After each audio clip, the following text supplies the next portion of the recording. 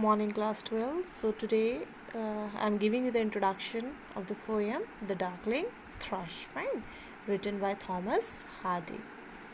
Thomas Hardy was an English novelist and poet in the late 19th century. Fine. So children, before starting the poem, I just want to give you a brief background why the poem is written, and I want to tell you about the tone of the poem. What is the tone of the poem? And as we can see here, it's written, The Darkling Thrush is a nature poem with the theme of hope. The poem begins with a bleak picture of despair and dejection, as the poet describes in lyrical descriptive detail the dying of the old world at the turn of the century. He finds little cause for hope or joy around him. Suddenly he hears the sound of the songbird, which spread warmth and hope into the earlier desolate and dead landscape. The poet finds his spirit rising, and with it the realization that there is still hope and joy in the world. Fine. So children, this poem is written in December 1990. It was the last day of the century when the poem was written. The world is shifting into the another century, and that was a time of industrialization. The industrialization has taken place, because of which the maximum economy of England has been shifted from farming to factories. Fine. So what was the effect of that shifting?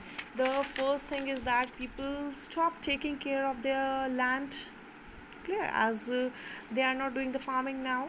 They have been shifted, the economy has been shifted to the factories, so damage to the landscape was there.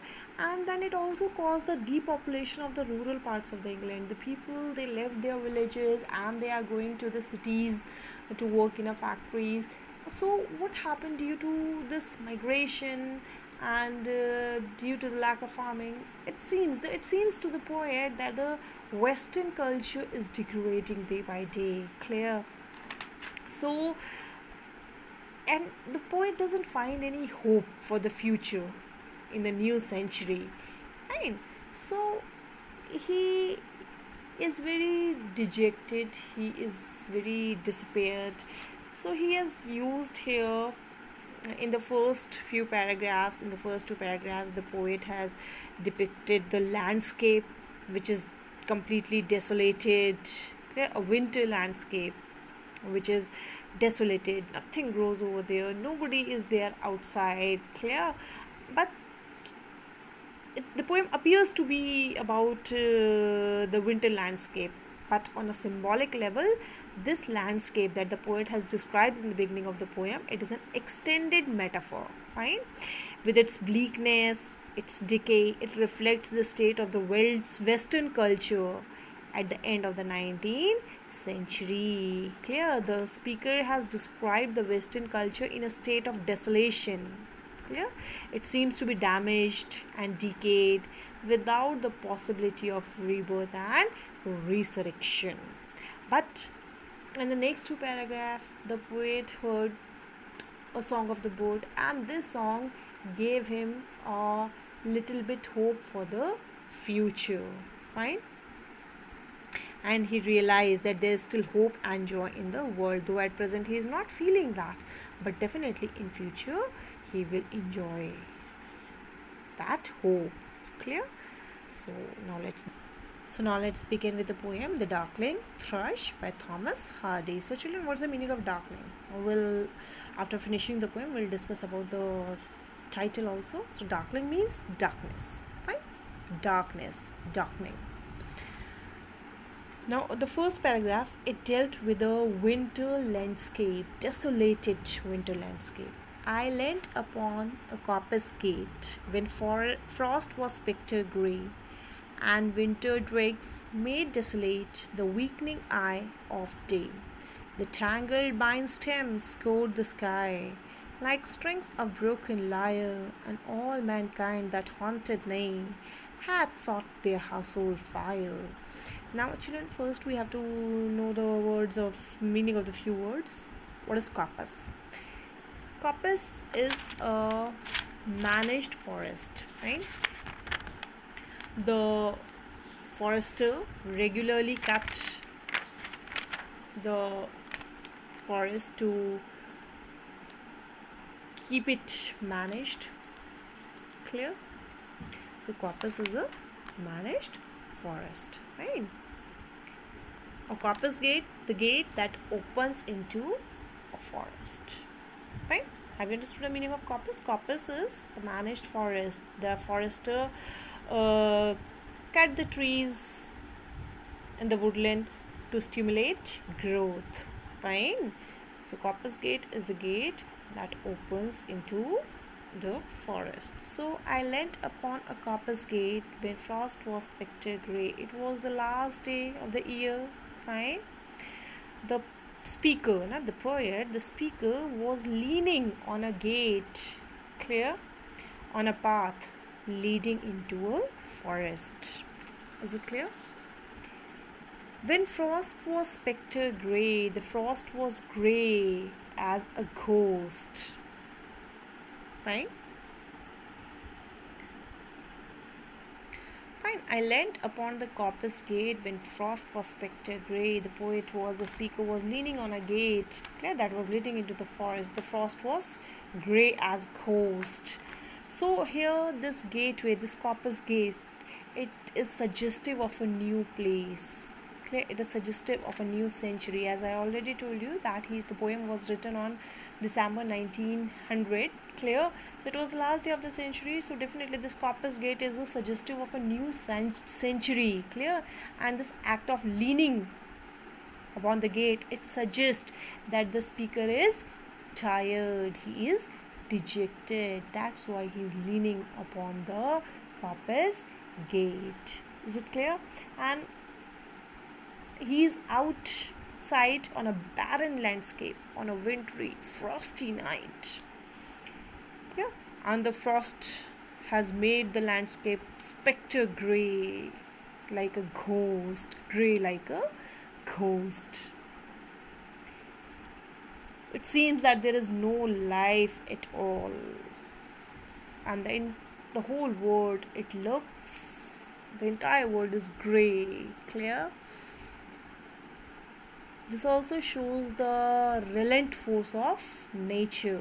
Nature as a relentless force. Right? And winter dregs made desolate the weakening eye of the day. Dregs means hota hai the leftover parts, the leftover bits. And winter dregs make desolate the weakening eye of day. And the last of the winter day, the end of the winter day, it has made the sun, weakening eye of the day, it has made the sun. What is the weakening eye of the day? The sun that is descending, okay, that is setting down. So the last of the winter day, it has made the sun look bleak, desolated. The tangled vine stems covered the sky. Now children, just see how powerful words the poet has used. The tangled vine stems covered the sky like strings of broken lyres, and all mankind that haunted me had sought their household fire. The tangled vine stem. Clear? So he has taken the comparison. He has used the simile to compare the tangled vine stem to the strings of broken lyre. Fine, lyre is a musical instrument. Clear? So the tangled vine stems covered the sky, and the tangled stems of a vine, the tangled stems of a plant, clear, climbing plant towards the sky, they are like the strings of the broken lyre. Now children, just see here, lyre is a significant symbol. What does it symbolizes? The lyre, as I told you, it's a musical instrument, so it represents the poetry, and in short, if we can say, it represents the cultural accomplishment of Western civilization. and the broken strings of lyre, it suggests that the Western culture itself has fallen into disrepair, or like a bind stem, clear, that has not been properly maintained. Fine. The bind steam that has not been properly maintained, that has not been burned, that's why it is climbing towards the sky. Fine. Am I clear? So the speaker thinks here that the things have grown unruly, gotten out of hand, nothing can be done now. Fine, and all mankind that haunted Nay had sought their household fire. Nay means near, and all the people that lived nearby had gone away to the warmth of their house, to their household fire. Nobody is out at such a desolated night. Clear? So the first paragraph, it tells us the desolated landscape, a wintry landscape where nothing is out. The speaker is out at such a dreadful night. Clear? So children, just we have to just keep one thing, though the speaker hasn't given the specified reason why the Western culture has been failed, though he has given us some clues over here. Now, as I already told you, Coppice is a managed forest. Fine. Already in the beginning, I told you that Coppice is a managed forest, which the foresters cut back regularly to stimulate growth. But he has here written the tangled vine stem growing up in the sky. It suggests that the coppice had not been recently cut back. And what does this image suggest us here? That the human being have ran away from their duties to take care for the land they use. They do not take care of the land they use. And already I told you the landscape over here, it is a metaphor for the state of the Western culture. Clear? So it suggests that the people have acted as a poor caretaker for Western culture.